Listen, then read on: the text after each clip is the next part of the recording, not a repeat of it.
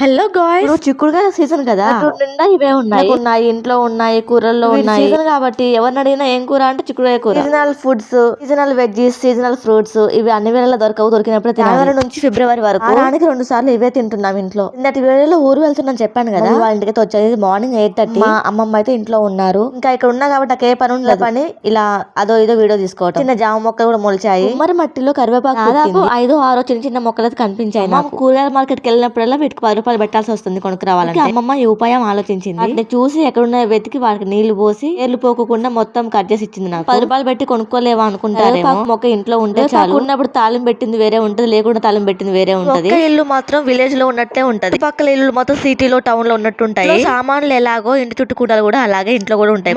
ఇంటి దగ్గర ఉన్న తులసమ్మని చూస్తే తులసమ్మని ఇలా కూడా పెట్టుకోవచ్చు అనిపిస్తుంది. భక్తి ఉండాలా గానీ ఎలా అయినా పెట్టుకోవచ్చు. మీరైతే వీడియో చూసి వదిలేకుండా వీడియోకి చిన్న లైక్ ఇచ్చి వెళ్ళండి. లాంగ్ వీడియోస్ షార్ట్స్ చూస్తూ ఉండండి. Thanks for watching.